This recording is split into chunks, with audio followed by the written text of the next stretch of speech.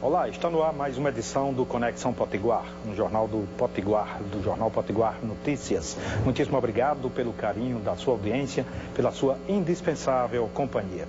No programa de hoje, neste primeiro bloco, nós temos o prazer de receber o médico da Universidade Federal do Rio Grande do Norte, o doutor Petrônio Spinelli, a quem eu agradeço a presença. Tudo bom, Petrônio? Tudo ótimo, bom dia a todos, né? E vamos começar um pouco, né, sobre esse momento. Um prazer recebê-lo aqui. Queria que o senhor falasse um pouco sobre esse seu trabalho como supervisor dos alunos da Universidade Federal do Rio Grande do Norte. Explique para o nosso telespectador acerca dessa missão. Na verdade, eu sou médico da universidade, né, desde 1994, né? E trabalhei no Ana Bezerra há muitos anos, né? Sempre trabalhei na maternidade no interior, né? Naquele remanescente do CRUTAC, né? Uma experiência muito rica, muito histórica da universidade. E recentemente o Departamento de Saúde Coletiva, né, nos convidou para ajudar no processo de supervisão. A gente já tinha feito esse trabalho antes, sabe, Pinto, lá na própria Santa Cruz, né? Supervisionado os estudantes de medicina que estão sendo formados, né? Então é um trabalho muito interessante, né? E o Departamento de Saúde Coletiva também é responsável pelo apoio do programa Mais Médico, apoio acadêmico, né?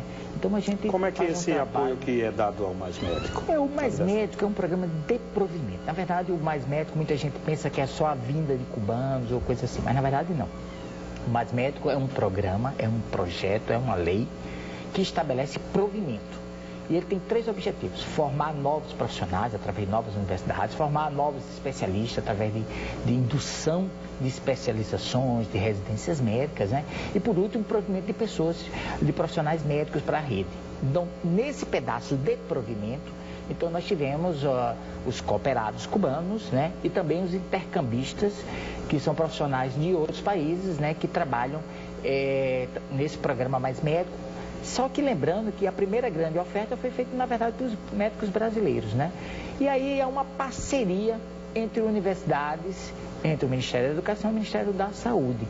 Nessa parceria, a universidade é responsável pela parte acadêmica. Então, eles são capacitados, eles fazem especialização, tem acompanhamento de formação para poder, cada vez mais, eles poderem atender melhor a população nessa tarefa que eles têm. É um trabalho belíssimo, com bons resultados. Há uma parcela da população, e até da área médica, que critica no sentido dele não ter passado por uma prova. Como é que o senhor vê isso? Na verdade, o Brasil... Acho que era o Revalida, me parece. Na verdade, existe o Revalida ainda hoje, né? O Brasil tem uma carência muito grande de médicos, né? Os vazios assistenciais eles são enormes, né? Porque é uma questão não só de quantidade, mas uma questão também de qualidade, de ter provimento. Muitas cidades nenhum médico ia. Então havia necessidade de uma fase de transição, é bom lembrar disso. Que não é algo definitivo. Não, de jeito nenhum. Por isso que ele é um pedaço só do programa Mais Médico, é o programa de Mais Médico para o Brasil. Então o provimento é emergencial durante um período, enquanto a gente aumenta o número de profissionais, aumenta o número de especialistas, né, e oferta isso para a população médica brasileira propriamente dita. Então era um processo de transição, mas com resultados excelentes, vale salientar. Entre os críticos, o pessoal aponta muito, dizem que, diferente, por exemplo, da nossa política para a justiça, não existe um programa no Brasil que seja um programa de Estado. Então, o médico vai lá para o município, quando troca de prefeito, muitas vezes o prefeito remove aquele médico porque ele estava comprometido com o prefeito anterior, de alguma forma, porque participou da eleição, enfim, ou porque o médico leva calote dos prefeitos, mas que não tem falta de médico no Brasil. O que é que o senhor fala sobre isso? Olha só, as estatísticas para decidir, inclusive, o provimento de profissionais foram baseadas em comparações mundiais, né? Então, a relação médico-população do Brasil é uma das mais baixas, particularmente de países com um nível de desenvolvimento do nosso país, né? Então, é uma necessidade quantitativa, sim. É claro que faltava política, né, de incentivo para profissionais de saúde, né, ficar no interior, nas cidades menores. Isso é uma verdade. Mas isso enfrenta um problema que é do desenho federativo, né? A gente tem que lembrar que os médicos estão na unidade federativa chamada municípios, eles têm que ser contratados pelos municípios, né? Então, algumas exigências precisavam de mudança, inclusive constitucional. Se você quiser ter uma carreira no SUS, bancada ou organizada, controlada pelo interfederal, você precisa mudar a Constituição, já que a política pública da saúde ela é descentralizada para os municípios. Então é um desafio que tem uma discussão. O Ministério estava discutindo isso até então, né? Antes dessa mudança abrupta e negativa que aconteceu, né? Mas de fato essa é uma verdade, mas é uma verdade que envolve uma complexidade na sua solução. Além do mais, é um problema que envolve toda uma equipe de saúde. A gente deve pensar numa solução somente para os médicos, né? Agora, o senhor falou de uma coisa realmente interessante. Quando a gente fala de saúde, é quase que como se fosse sinônimo de médico, mas o médico, para ele prestar com qualidade a assistência, ele precisa de todo um aparato de colegas de trabalho, né? Queria que o senhor nominasse aí, por exemplo, para funcionar um hospital. Tem que ter o enfermeiro, tem que ter o auxiliar, o maqueiro, por aí vai, né? Olha, o mais importante, eu quero rapidamente falar sobre isso, é dizer o seguinte, é que a assistência à saúde, ele parte de uma questão fundamental. Isso é uma evolução do conhecimento científico, né? A prevenção e a promoção são os principais. E a prevenção e a promoção ela acontece exatamente nas estratégias de saúde da família, exatamente perto das pessoas nos municípios, né? Isso é importante dizer. Por quê? Porque a grande lance do Mais Médico é prover aonde precisa de médicos e médicos junto de uma equipe. Para dar conta de um trabalho de prevenção, de promoção, de assistência, nós precisamos de uma equipe de saúde e não só o médico isolado. O médico tem o seu conhecimento, eu sou médico, né? E nós temos o nosso valor, como todos os demais têm também.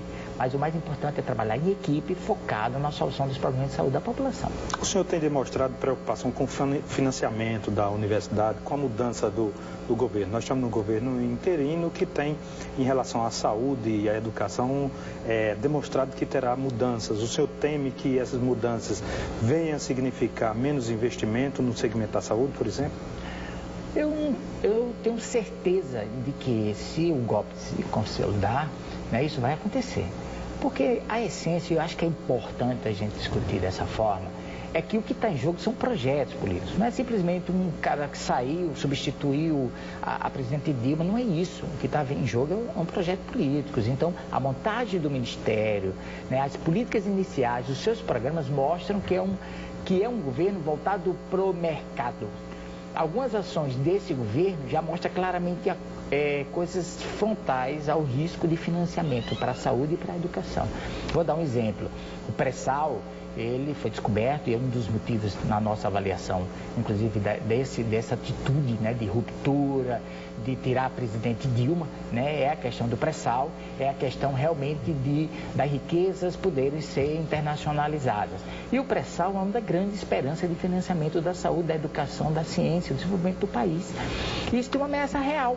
Se o pré-sal deixa de ser brasileiro, passa a ser comprado, passa a ser entregue essas riquezas para as grandes empresas multinacionais, então nós não vamos ter essa garantia. E a segunda questão é a desvinculação, né? Porque o governo, atendendo ao mercado, ele quer desvincular os recursos da educação e da saúde. Porque hoje, constitucionalmente, é estabelecido um percentual. E a intenção do governo, o projeto de lei já foi enviado nesse sentido, todo o discurso da equipe econômica é para agradar o mercado e eles trabalham com essa lógica dessa desvinculação. Essa é uma ameaça real do financiamento. Existem outras ameaças, mas essa é uma ameaça importante, apesar de que existe ameaça mais grave, que a gente queria comentar um pouco sobre isso. Pois não, pode dizer qual é a ameaça mais grave? Eu acho que a ameaça mais grave é do conteúdo da educação, né?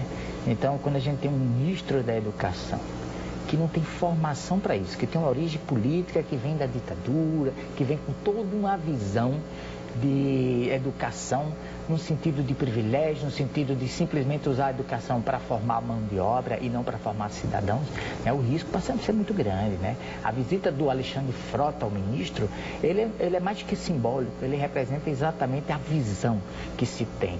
Toda a legislação que eles estão tentando aprovar, ele não ajuda a construir o cidadão. ele ajuda a construir uma educação fechada aos interesses do mercado e não ao interesse do desenvolvimento das pessoas. Querem restringir o debate, querem restringir a formação política, social, né, antropológica, da educação como um todo. Então, existem dois riscos reais, o risco no financiamento e o risco no conteúdo da formação dos cidadãos, né? Na verdade, é uma contra-revolução, é uma tentativa de levar o país para séculos passados. Eu não vou nem dizer o século anterior, eu digo séculos passados mesmo, é um risco real. Agradeço, muitíssimo obrigado ao médico da Universidade Federal do Rio Grande do Norte, Petrônio Spinelli, muito obrigado por estar conosco. E passo o Jornal Potiguar Notícias, que está nas melhores bancas. Muito obrigado. Eu é que agradeço. Muitíssimo obrigado ao Petrônio Spinelli, muitíssimo obrigado a você, querido telespectador, querida telespectadora. Não sai daí, o intervalo é pequeno, voltaremos em um minuto.